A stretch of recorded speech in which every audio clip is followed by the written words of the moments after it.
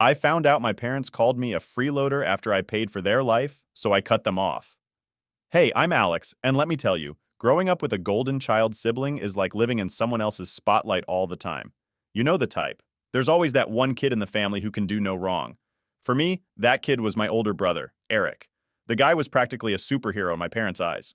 Star athlete, straight A student, Mr. Popular. You name it, he had it going on. It was always about him. From the time I was little, it was clear who the favorite was. Our house was the place for family get-togethers, and trust me, these weren't small, intimate dinners. Nah, we're talking about big events. Like half the neighborhood showing up, uncles, aunts, cousins, people I barely knew. And somehow these gatherings always turned into Eric appreciation parties. Dad would be flipping burgers on the grill, Mom would be running around making sure everyone had enough food, and there'd be Eric, holding court like a king, with people just hanging on his every word. It's not like I didn't try to fit in, you know? I wanted to be part of it, but somehow it just never worked out. I'd crack a joke and it'd fall flat, or I'd mention something about school, and it was like no one even heard me. I remember one time, this is just a random memory, but it sticks with me. I was about 10, and I got a perfect score on this science test. I was super proud of it. So during one of these family barbecues, I went up to my dad, all excited to show him. But just as I was about to say something, my mom comes running out with this huge cake, and everyone's celebrating Eric winning some soccer tournament. So yeah, my little science test? Totally forgotten. That was basically my life in a nutshell. I wasn't a bad kid or anything. In fact, I did pretty well in school. I wasn't out partying or causing trouble, but you wouldn't know it from how little attention I got. Meanwhile, Eric was the family's pride and joy. He had his own shelf for all his trophies and medals, and Mom even made a scrapbook for him, with every single achievement carefully glued in. I didn't have a scrapbook. I didn't even have a shelf. Hell, I'm pretty sure half my stuff was crammed into a box in the attic somewhere, collecting dust. The thing that really got me, though, wasn't even the lack of attention. It was the way people acted like Eric was some kind of god. Like, no joke, at every single family event, someone would bring him up even if he wasn't there. It's like, oh, did you hear about Eric? He's playing varsity now. Or Eric's got such a bright future ahead of him, I just know he's going to be successful. And I'd be sitting there like, hi? I exist too. The worst part? I started believing it. Like, maybe there really was something wrong with me. Maybe I wasn't worth the attention. I'd sit in my room sometimes just thinking about why I wasn't good enough, even though I was doing everything right. I wasn't failing school. I wasn't getting into trouble. So why wasn't I seen? There was only one person who seemed to get me. Great Aunt Sharon. She wasn't actually all that great in the big important family sense, but to me, she was awesome. Every time there was a family gathering, she'd always take a moment to sit with me. While everyone else was fawning over Eric or caught up in the latest family gossip, she'd pull up a chair and ask me about what I was reading or how school was going. And unlike everyone else, she actually cared about the answer. I remember one time I was hiding in the backyard during one of the big parties. I wasn't feeling it that day and just wanted to escape the noise, so I found a quiet spot behind the garage with a book. Aunt Sharon found me there, sitting cross-legged in the dirt, and instead of dragging me back into the crowd, she sat down beside me. "What are you reading, kiddo?" she asked, her voice calm, like she didn't have anywhere else she'd rather be. I showed her the cover, some fantasy book I'd borrowed from the library. "It's about this kid who finds out he's got these magic powers," I mumbled, half expecting her to lose interest. But she didn't. "Sounds exciting," she said, giving me that warm smile she always had. "You've got a good imagination, Alex. Don't ever let anyone tell you different." That stuck with me. It was the first time in a long while I felt like someone noticed me for who I was, not just Eric's little brother. Aunt Sharon didn't care about soccer trophies or school grades. She just cared about me being me. And honestly, in a family like mine, that meant the world. Still, as much as I loved those quiet moments with Aunt Sharon, they didn't really make up for everything else. Every day felt like a reminder that I wasn't Eric. Like when I started high school, I figured it'd be a fresh start, you know? New teachers, new opportunities. But nope, everyone knew me as Eric's brother. It didn't matter what I did or how well I did it. Every teacher, every coach, every classmate would say the same thing. "Oh, you're Eric's brother. He was such a great student, a great athlete." Even when I made top grades, nobody seemed to care. One time I got an A+ on this massive project in history class. I was pumped. I went home and tried to tell my mom, but she was too busy on the phone with some other soccer mom talking about Eric's latest game. I stood there for a while, waiting for her to hang up, but after like 10 minutes, I just gave up and went to my room. That project got stuffed into my drawer, forgotten like everything else I'd done. The funny thing is, I didn't even want to be Eric. I didn't care about sports or being the most popular guy in school. I just wanted some recognition, you know? Just a little bit of that same pride my parents had for him. But it never came. And the thing is, after a while, you stop expecting it. You start to convince yourself that it's normal, that being overlooked is just how things are supposed to be. That's how I lived my whole childhood, constantly overshadowed, constantly trying to prove I was worth something. It wasn't until years later that I finally realized I didn't need to prove anything to anyone. But back then, I was just a kid, waiting for someone to notice I was there. So high school started, and I had this tiny bit of hope that things would be different. You know, new environment, new people, maybe a chance to finally be seen as my own person instead of just Eric's younger brother. But of course, reality hit pretty quick. It wasn't even the first day when people started connecting the dots. Oh, you're Eric's brother, right? He was like amazing on the soccer team. Yeah, your brother was such a good student. You must be just like him. That last comment really got to me because I wasn't like him, not at all. But people just couldn't help making those comparisons. It was like I was walking around in this shadow that was glued to me no matter where I went. Every single teacher, every single coach, they all had this weird expectation that I'd be just like Eric, like I was supposed to carry on his legacy or something. But that wasn't who I was. I wasn't some sports star, and I definitely wasn't the life of the party. I was the kid who sat in the back of the classroom, taking notes and actually paying attention. I worked hard, studied late, and asked questions after class when I didn't get something. It was important to me that I understood things, not because I was trying to impress anyone, but because I actually cared. And I'm not trying to brag or anything, but I was doing well, better than anyone expected. There was one time, I remember it clearly during my junior year. I was in biology, and we had this massive project that everyone was stressing out over. The teacher, Mrs. Baker, told us it was going to count for like 40% of our grade for the semester. People were freaking out, and I get it. Biology wasn't exactly everyone's favorite subject. But I actually liked it. I dove into that project like my life depended on it, researching everything I could about cell division and how it affects the body. I spent days in the library, poring over books and articles, and I'm pretty sure I was the only one who actually read the assigned chapters. By the time the project was due, I felt pretty confident. Mrs. Baker called me up after class one day, holding my project in her hand, and I'll never forget what she said. She smiled at me, actually smiled, and said, "Alex, this is excellent work. You really went above and beyond." That little moment meant the world to me. It was probably the first time a teacher had acknowledged me like I wasn't just some kid in the background. I felt proud walking home that day. But of course, when I told my parents about it, they barely reacted. I remember coming home and sitting at the kitchen table with my mom. She was on the phone, as usual, chatting with one of her friends about Eric's latest game. I waited for her to hang up, holding my project in my hands like it was a trophy. When she finally put the phone down, I showed her the grade and told her what Mrs. Baker had said. "Oh, that's nice, honey," she said without even looking at it. Then she went right back to talking about how Eric was getting scouted by some college coach. I just sat there staring at the A+ on my project, feeling like I'd been hit with this invisible wall. No matter what I did, no matter how hard I worked, it never seemed to matter to them. It was always Eric this, Eric that.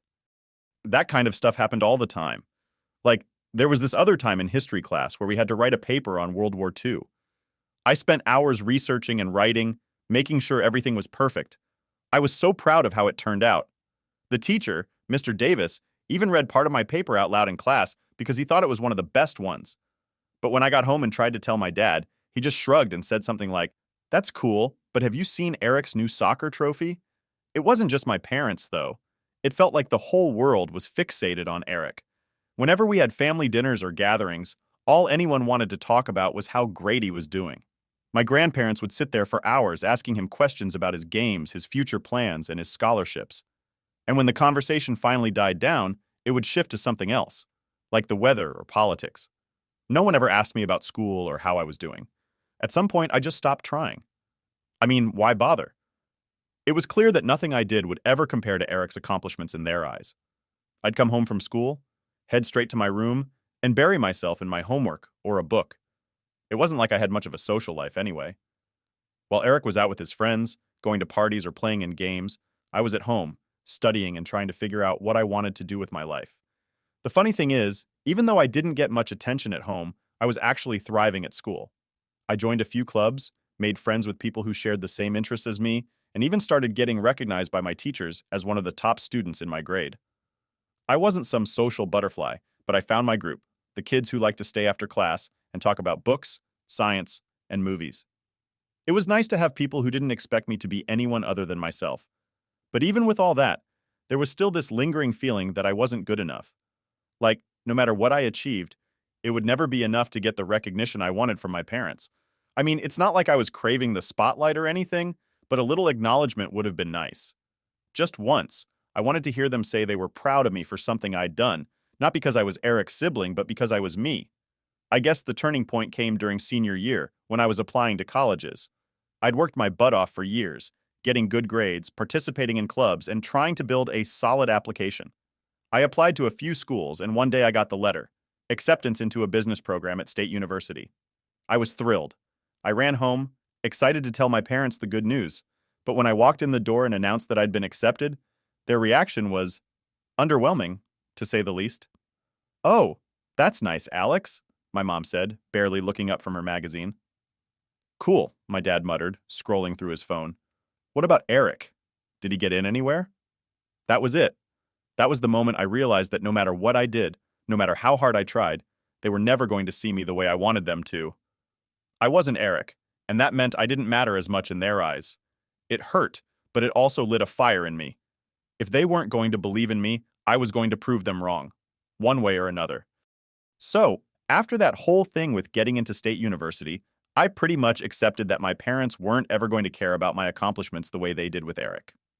I tried not to dwell on it too much, but it still stung. I mean, it's hard not to feel it when you're working your butt off and the people who are supposed to care the most barely even notice. Anyway, I'd been accepted into the business program, which was a big deal for me. I was pumped, but the reality of paying for it was creeping up fast. With no help from my parents, I was basically on my own. I'd been applying for scholarships, grants, and anything else that could help cover the costs, but it wasn't enough. That's when Aunt Sharon stepped in. I wasn't expecting it at all. One afternoon, I was hanging out at her place, helping her with some stuff around the house. Aunt Sharon lived in this cozy little house that always smelled like fresh bread or cookies, way better than the chaos at my parents' house. We were sitting in her kitchen, and out of nowhere, she asked me how things were going with college. I tried to shrug it off, like I didn't want to make a big deal out of it. "Yeah, I got accepted, but I'm not sure how I'm going to pay for it. It's kind of up in the air right now." Aunt Sharon put down the dish she was washing and turned to look at me. "Alex, I know your parents haven't been much help, but you're smart, and you've worked hard to get where you are. You shouldn't have to give up on your dreams because of money." I didn't say anything at first. I mean, what could I say? She wasn't wrong, but I had already resigned myself to the fact that I might have to delay college or work full-time just to save up. It was just one of those things I thought I'd have to deal with. Then Aunt Sharon said something that completely floored me. "I've got some savings," she said, her voice gentle but firm. "I've been putting money away for years, and I'd like to give it to you for your tuition." I just stared at her for a minute, my brain trying to catch up with what she was saying. "Wait, what? You want to help me pay for school?" I couldn't believe it. No one had ever offered to help me like that before. She smiled and nodded. "I don't have any kids of my own, and I've always seen you as my own. You've got so much potential, Alex. You deserve to go to college and make something of yourself. And I'm not going to let money be the thing that stops you." I swear I almost started crying right there in her kitchen. It was like all the weight I'd been carrying around, the pressure of figuring everything out on my own, just lifted. I didn't even know how to thank her. I just hugged her tight and tried not to lose it. Aunt Sharon's offer changed everything. Suddenly, college wasn't just a distant dream, it was happening.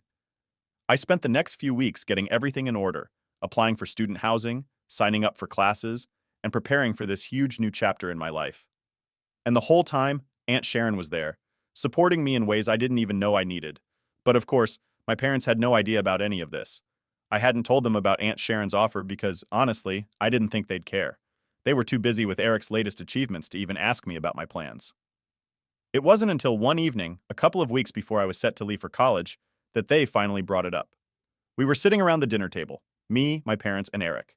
The usual chatter about his soccer games and college applications was in full swing when my mom suddenly turned to me. "So, Alex, what are you planning to do after graduation?" she asked, like it was the first time she'd thought about it. I almost laughed. "I'm going to college," I said, trying to keep my tone casual. "I got accepted into the business program at State University." For a split second, the room went quiet. My dad put down his fork and raised an eyebrow. And how exactly are you planning on paying for that? This was it. The moment I'd been dreading. I took a deep breath. Aunt Sharon is helping me. She's giving me her savings for my tuition. My parents' reactions were exactly what I expected. My mom's eyes went wide with shock, and my dad's face twisted into this weird combination of surprise and anger. Sharon's giving you money? My dad said, his voice sharp. That's ridiculous. If she has money to spare, it should go to Eric. He needs a new car for college. I couldn't believe what I was hearing. They didn't even care that I was finally getting my shot at something. They were more concerned about Eric needing a car. I felt this wave of frustration rise up in me, but I tried to stay calm. This isn't about Eric, I said, my voice tight. Aunt Sharon wants to help me. She offered, and I'm not turning it down. Mom, of course, tried to guilt-trip me. But your brother needs that money, Alex. You know how important his future is. I couldn't take it anymore. I'm important too, I snapped, louder than I intended. This is my future we're talking about. I've worked hard for this, and Aunt Sharon believes in me. Why can't you guys?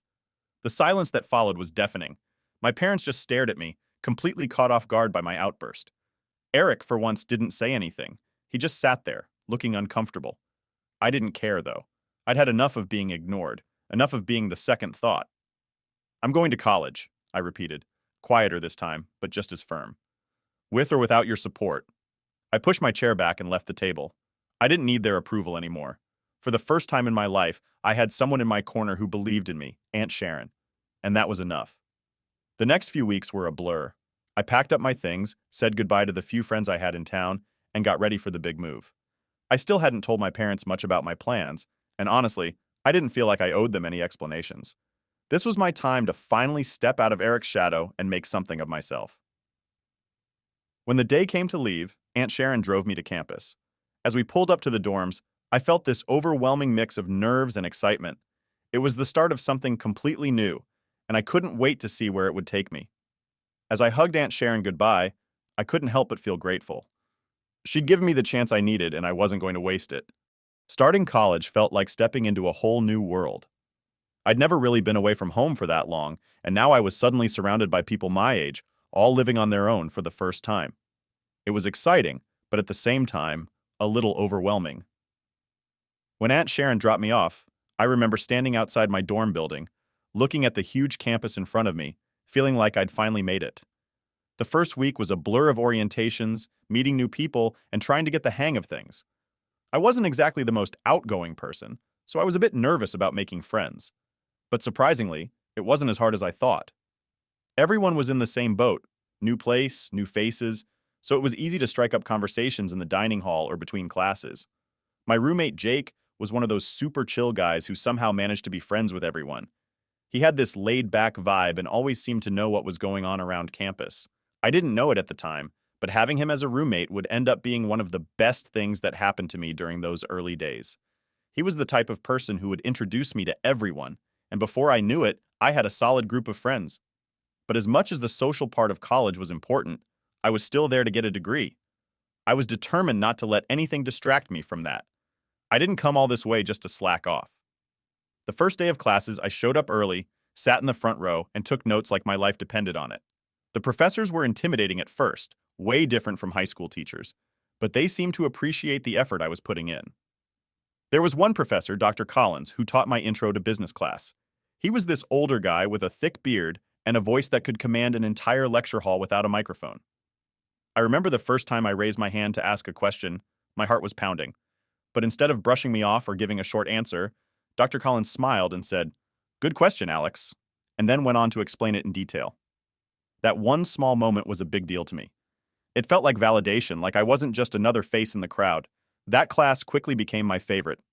It wasn't just the subject. I mean, business was what I came here to study. But it was the way Dr. Collins made everything click. He had this way of turning what seemed like complicated concepts into something I could actually wrap my head around. I'd go back to my dorm every day and reread my notes, making sure I understood everything. Jake thought I was a little too intense about it sometimes, but honestly, I didn't care. This was my shot, and I wasn't going to waste it. Speaking of Jake, I have to give the guy credit. He was one of those people who could breeze through classes without really trying, but he never made me feel bad for taking things seriously. He'd joke around about how I was teacher's pet, but it was all in good fun. And when he saw me stressing out about an assignment or a test, he'd actually sit down with me and help me relax a bit. "Dude, it's college," he'd say, tossing a ball of crumpled up paper at me from across the room. "You're supposed to have fun. Don't burn yourself out before midterms." He had a point, but I couldn't help it. There was a lot riding on this for me. This wasn't just about getting a degree. It was about proving to myself that I was more than just the forgotten sibling. Every time I sat down to study or work on a project, it felt like I was pushing back against all the years of being overlooked. I wasn't doing it for my parents or even for Aunt Sharon. I was doing it for me. Still, I did try to loosen up a bit. Jake dragged me out to a few campus events. Nothing too crazy, just stuff like movie nights or hanging out with some people from the dorm. I'll admit, it was nice to step away from the books for a bit and actually enjoy being at college. I started feeling like I belonged there, like I was part of something bigger than just my little world of lectures and textbooks. One of the biggest surprises, though, came from a class project. Dr. Collins had assigned us a group project where we had to come up with a business idea and present it to the class. Group projects weren't really my thing. I'd always been the kid who ended up doing all the work while everyone else slacked off. But this time it was different. My group was made up of 3 other students: Jess, Tyler, and Marcus. Jess was super organized, Tyler was this tech genius, and Marcus had a way with words that made him perfect for presentations. For once, I wasn't the only one pulling my weight. We worked really well together, bouncing ideas off each other and actually listening to each other's input. By the time we presented our idea, a campus delivery service for late-night snacks, we were all feeling pretty confident. The day of the presentation, I was nervous as hell. Public speaking wasn't my strong suit, but I'd practiced my part over and over until I could recite it in my sleep.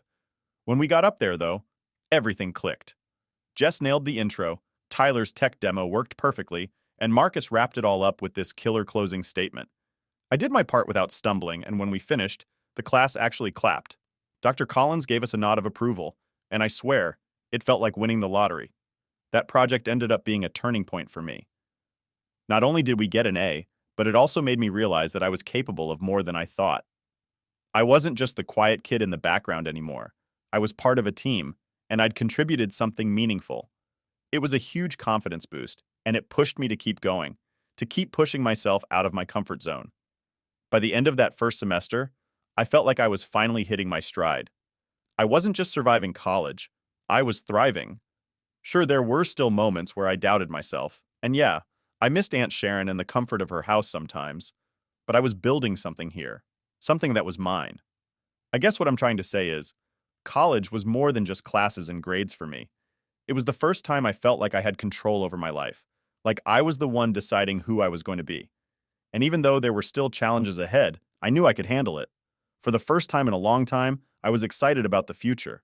So, after college, I did what any recent graduate does. I found a job. It wasn't anything flashy, but it was steady, and I was grateful for it. It gave me the chance to save up and figure out what I wanted to do next. I knew from the start that working for someone else wasn't going to cut it for me long term. I had bigger plans. That's when the idea of opening my own restaurant started brewing in my head. I've always loved cooking, and the idea of running my own place just felt right. I kept thinking about what it would be like to have my own spot, where people would come in for good food and a welcoming atmosphere. After a couple of years of working and saving, I finally took the leap. I opened my first restaurant in a small but busy part of town. It wasn't anything fancy at first, just a cozy little place with a simple menu. But people started coming, and before I knew it, the business was taking off. Running a restaurant isn't easy, though. Those first few months were insane. I barely had time to breathe between managing the kitchen, serving customers, and handling all the behind-the-scenes stuff. But despite the long hours and stress, I loved it. It felt like I was finally doing something that was mine, something I built from the ground up. And when it started getting popular, that was just the icing on the cake. As the restaurant grew, I took the next big step, opening another branch. It felt like a dream. I never imagined I'd have more than one place, but there I was, expanding the business and watching it thrive. Eventually, I had a few locations around town, and things were going better than I could have hoped for. I had a solid team of employees, and the restaurants were making a good profit. Life was pretty good. And then, as if on cue, my parents came back into the picture. It started with a phone call from my mom. I hadn't heard much from her or my dad in a while, not since I'd gone off to college. We'd been keeping our distance, which honestly was fine by me. But suddenly there they were, back again, asking for a favor. Alex, sweetie, how are you doing? It's been so long, Mom said, her voice all sweet and full of fake enthusiasm. I could tell something was up immediately. I'm fine, Mom. Busy with the restaurants, I replied, keeping it short. I knew there was more to this call than just a friendly check-in. Well, we're so proud of you. You know that, right? She said, her voice edging toward what I could only describe as desperation. But, um, we were wondering if you could do us a little favor? It's about Eric. Of course, it was about Eric. It's always about Eric. I let her continue, even though I already had a good idea of where this was going.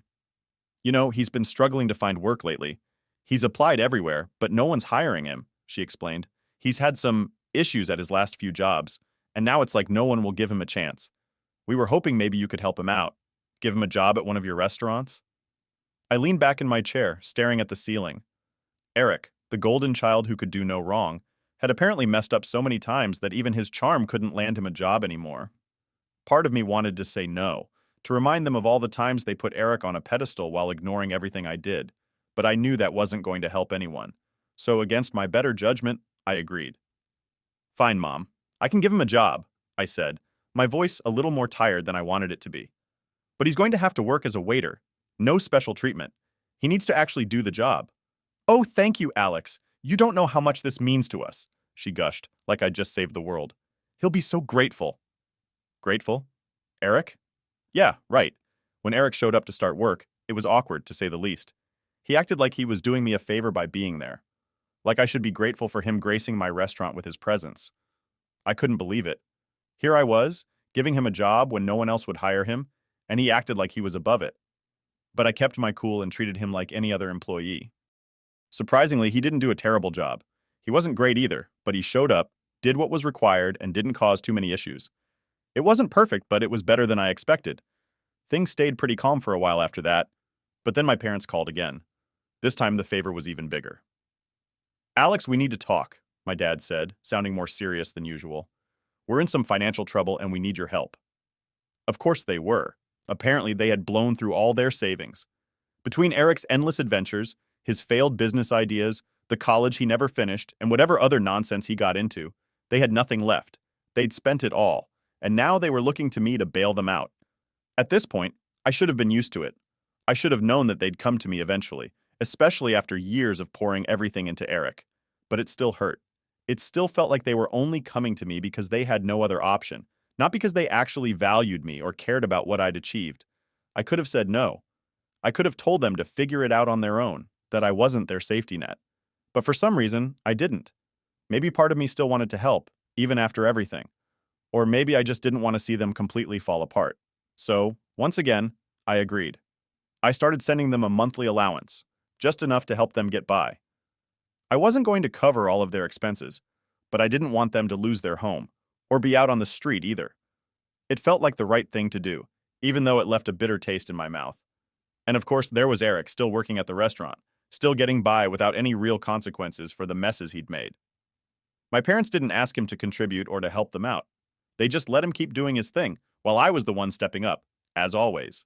In the end, I couldn't help but wonder how things had turned out this way. I'd built something real, something successful, and yet here I was, still cleaning up after the golden child, still giving my parents the help they needed because they'd blown everything on him. But for now, it was what it was. At least I had my restaurants, my business. I'd created something that was mine, and no one could take that away from me. One afternoon, I was at the restaurant going over some invoices and prepping for the upcoming week. It was a normal day, busy, but nothing out of the ordinary. Then my phone rang. It was Aunt Sharon. Now, Aunt Sharon doesn't call me much unless there's something important, so right away I knew something was up. Hey, Aunt Sharon, I said, trying to keep my voice light, even though I was already bracing myself for whatever news she had. Alex, sweetie, you need to see this video, she said, her voice serious. It's from a family party your parents were at last weekend. Someone posted it online and, well, I think you should take a look. My stomach dropped. A video? Of my parents? It didn't sound good.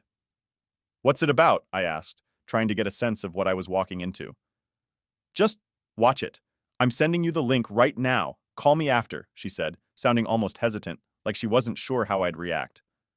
I opened the link Aunt Sharon sent, and the first thing I saw was my parents, clearly drunk, holding drinks and swaying slightly as they stood in front of a group of people. There was loud music in the background, and the camera was shaky, but I could hear every word they were saying. My mom started talking first. You know, everyone thinks Alex built those restaurants on their own, but really it was all Eric, she slurred, waving her hand dramatically. Eric's the real genius behind it all. He's the one who gave Alex that nice job. He works so hard, running around all day making sure everything's perfect while Alex just sits back and manages things. I blinked, not sure if I'd heard that right. Did she really just say Eric was the one who gave me a job? Eric, who couldn't hold down a job anywhere else, was supposedly the mastermind behind my restaurant business? I was so stunned I almost paused the video, but then my dad chimed in. And you know what else? My dad said, his face flushed and his words slurred. We gave Alex money to start those restaurants. We helped them get off the ground. But does Alex ever thank us? No, ungrateful little freeloader. He practically spat the last word, his face twisting in disgust. I couldn't believe what I was hearing. These were my parents, my own parents, standing there at a family party, drunk out of their minds, telling everyone that I was a freeloader, that I'd only made it because of Eric and their supposed financial help. I felt my blood boiling. The restaurant was mine. I'd built it from scratch. Me, not Eric, not them. They hadn't given me a dime. And now they were standing there, rewriting history like I was some useless leech riding on their coattails. As the video continued, my mom rambled on about how Eric was so humble and didn't take credit for everything he did for me. He could have opened his own business, you know, she said with a slurred giggle. But he's too kind. He just wants to help Alex succeed. That's the kind of brother he is. I felt sick. Eric, who could barely manage to be a waiter, was now apparently the brains behind my entire business, and they were acting like he was some kind of saint for letting me run the restaurants while he quietly did all the real work. It was beyond absurd. It was insulting. It was a flat-out lie. By the time the video ended, my hands were shaking with anger. I couldn't believe they'd do this, talking behind my back, making me look like a joke in front of the whole family, and they didn't even think twice about it, like it was just some casual conversation, like it wasn't a big deal. But it was a big deal. I'd worked my entire life to get to where I was. I'd busted my ass to make something of myself, while Eric had screwed up every opportunity he'd ever had. And now, after everything, they were giving him the credit and calling me the freeloader? I couldn't let this slide. I grabbed my phone and called my parents, my heart pounding as the phone rang. My mom answered, sounding cheerful, like nothing was wrong. Alex, how are you, sweetie? I didn't bother with small talk. I saw the video, I said, my voice cold and shaking with barely contained anger. There was a pause on the other end, and I could practically hear her scrambling to come up with a response. What video? She asked, her voice suddenly wary. The one from the party, I snapped. The one where you and Dad are telling everyone that I'm a freeloader and that Eric is the real reason I've been successful. Oh, that, she said, trying to laugh it off. Alex, you know we were just joking. It was all in good fun. We'd had a few drinks and... You called me a freeloader, I cut her off, my voice rising. You said Eric was the one who gave me a job, that you gave me money to start the restaurants. Do you realize how insulting that is? I built this business on my own without any help from you or Eric, and you're standing there telling people it's all because of him? She started to stammer, but I didn't give her a chance to continue. I've had enough, I said, my voice hard. I'm done with this. I'm done with the lies, the manipulation, all of it. Don't call me. Don't ask me for anything. You're cut off, for good. Alex, wait, we didn't mean... She tried to say, but I hung up before she could finish. I sat there for a minute, my phone still in my hand, trying to process what had just happened. I'd always known my relationship with my parents was messed up, but this? This was the final straw. They had crossed a line that I couldn't forgive. Aunt Sharon called me later that day to check in. I'm so sorry you had to see that, Alex, she said, her voice full of sympathy. I don't know what they were thinking. They weren't, I replied, feeling drained. But it doesn't matter anymore. I'm done with them. After I hung up with Aunt Sharon, I felt a strange sense of relief. For the first time in a long time, I wasn't weighed down by the constant pressure to make my parents happy, to live up to their impossible expectations, or to clean up their messes. I was free. I'd made my own success, and I didn't owe them a thing.